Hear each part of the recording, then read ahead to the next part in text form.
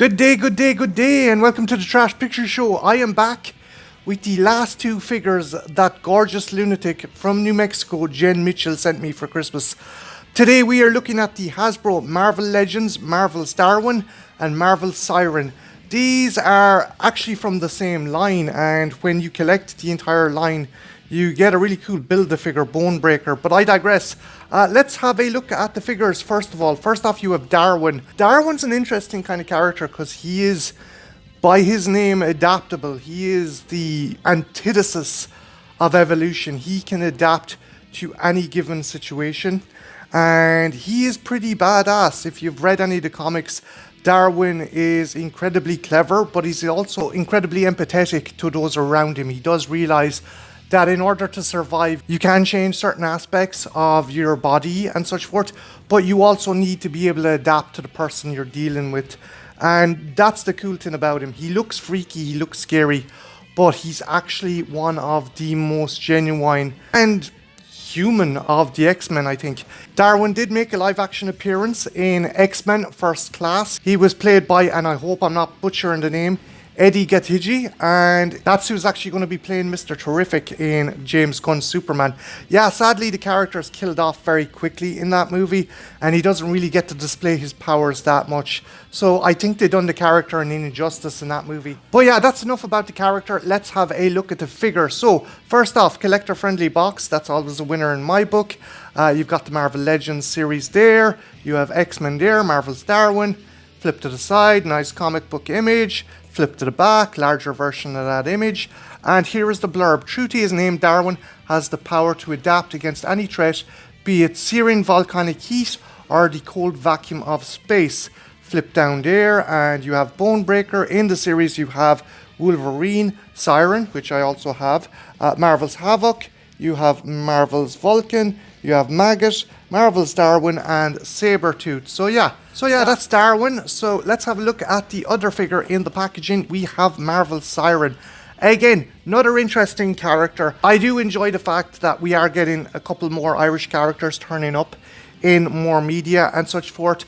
However, I always cringe when they have an American actor putting on a terrible fucking Irish accent to do the character.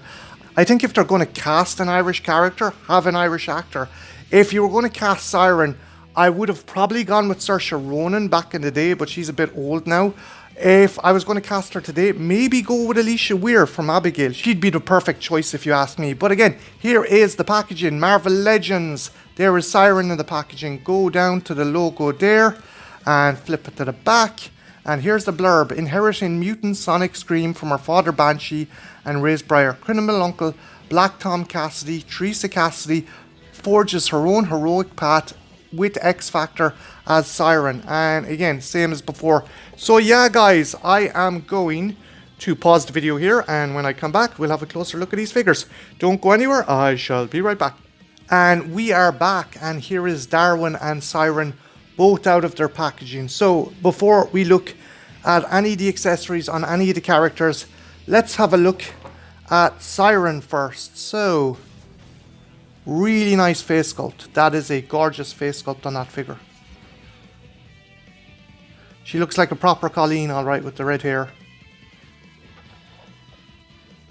But yeah, as I said before, it drives me nuts when American actors are trying to put on an Irish accent.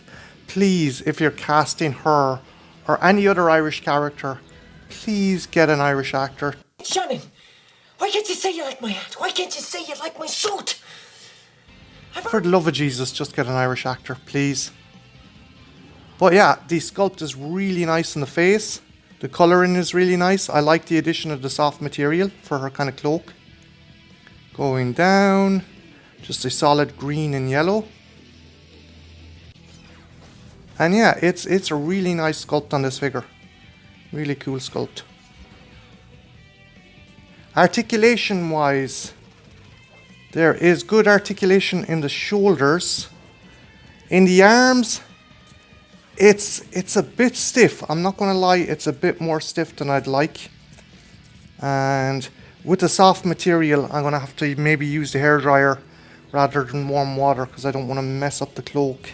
So yeah, the arms, the arms, particularly this one, there's a stiffness in it. Maybe if you articulate it enough, it'll break it out, but it's a bit concerning. Rotation on the waist, very limited. Like, again, I'm just worried about breaking it. Can she do the Van Damme? She can. The articulation on the hips isn't as bad. The hip joints aren't too tight. Leg-wise, hopefully they'll be better. Yeah, there is a bit of stiffness in the joints, the knee joint. I think you can break it out. You may not need to use warm water. But as I always say, when in doubt, just maybe soak it, because you don't want to break it. It's not brittle per se. I don't feel that it's brittle. There is a bit of gumminess there. Again, I'm not a fan of it being too gummy. Articulation in the joints in the feet. Yeah, again, stiff and kind of gummy. The sculpt is nice in the figure. I'm not going to lie, the sculpt is really nice in the figure. Just the paintwork.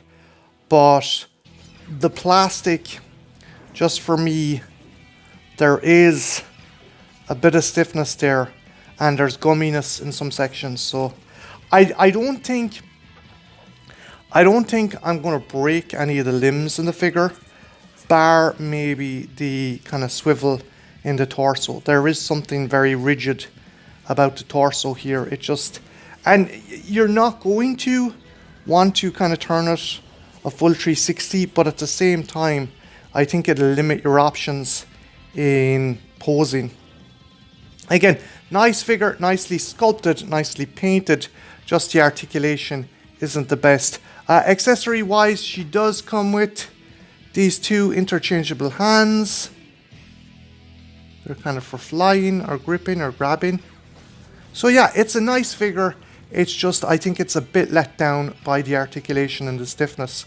So yeah, let's move on to the next figure. And the next figure we're going to be looking at is Darwin. And yeah, the sculpting on the face is really nice. That level of detail is really cool. Going down, you have his belt, the kind of purple and dark blue. Going right down. Very minimalistic. But it's nice. I think if there's too much going on in a sculpt, it takes away from the character itself. So this does work. Articulation wise, yeah, because it's from the same wave as Siryn, there is that kind of stiffness there. And in the joints as well. This guy though, because there's no soft kind of material or soft cloth on him, you can soak him in water, and I think I will soak him in water. But just, it's something that always gets me. You've made figures without this kind of issue before. Why can't you do it again? There is this kind of weird crunch at the chest. I'm never a fan of this kind of crunch on the chest. I prefer maybe a two separate kind of joint, a ball joint, a swivel joint in the actual stomach, rather than this obvious kind of thing. Maybe on a figure that's a robot or something, but this just sticks out to me. Van Dammes, can you do the Van Dammes? Not much, but it's not a super deal breaker. You can get them wide enough, so if you want to do posing and stuff, it may not be too much of an issue. Now, here's the real test. How's the knee joints? Again, stiff, but not super stiff. Again, I think a lot of the same issues as Siryn. Nice looking figure, lovely sculpt on the face, gorgeous paintwork, but there is just that bit of stiffness in the figure. Not super bad. I have come across figures that are way worse for stiffness before, but again, as I said before, when a company has proven that they can make figures in a lot better quality with a lot better articulation, why are we getting figures that still have issues with articulation and stiffness? But yeah, again, nice figure, kick-ass figure. Accessory wise, he does come with these two hands, and like Siryn, they're nothing remarkable, but it does give you a couple of extra options when you want to pose him. So yeah guys, I'm going to pause the video here, and when I come back we will have a closer look at these guys compared to some other figures in the Marvel Legends line. Don't go anywhere, I shall be right back. And we are back, and there is Siryn and Darwin in my alleyway, and I'm going to compare them to some other Marvel Legends figures. And first off, I'm going to compare them to one of my favourite MCU figures, and that is the Scarlet Witch from WandaVision.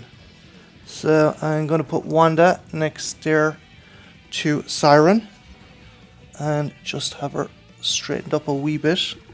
So yeah, she is roughly the same size. I don't know, I thought Siryn should be shorter, but maybe I'm wrong. I just always figured that Scarlet Witch would be taller than Siryn, but that's just me. Again, it works, it does work, and keep in mind these are from a different line as well, so the discrepancy in size could be down to that.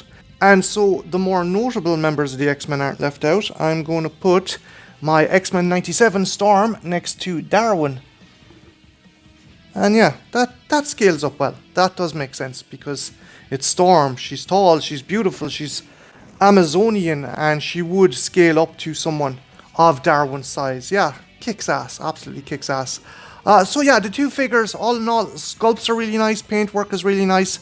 I just find the articulation leaves a lot to be desired. Now, again, you could use the old hot water technique to kind of break out that stiffness. However, when it comes to characters or figures with soft materials attached to them, that makes it a bit dicey, so I would go with the hairdryer technique rather than dipping them in water.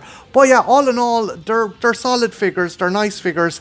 I just think they're really let down by janky articulation and stiffness. Hasbro has proven they can make Marvel Legends figures without these issues, but they seem to go back and forth with how their techniques are going. So yeah, I'm just a bit disappointed in that. One thing that was cool with these figures were the parts for the Build-A-Figure Bone Breaker. Yeah, I actually assembled it here. It is essentially his tank body. That is one Build-A-Figure I would like to get my hands on. The rest of them, I might try and track them down. But yeah, that is kick-ass that you get this kind of tank part for Bone Breaker. If you're wondering who Bone Breaker is, he's this cybernetic, psychotic mercenary. If you ever played the Punisher arcade game, he's actually one of the bosses that Frank has to take on. But yeah, that is one cool kind of accessory to come with this Build-A-Figure. And as I said before, I would like to get more parts to complete him.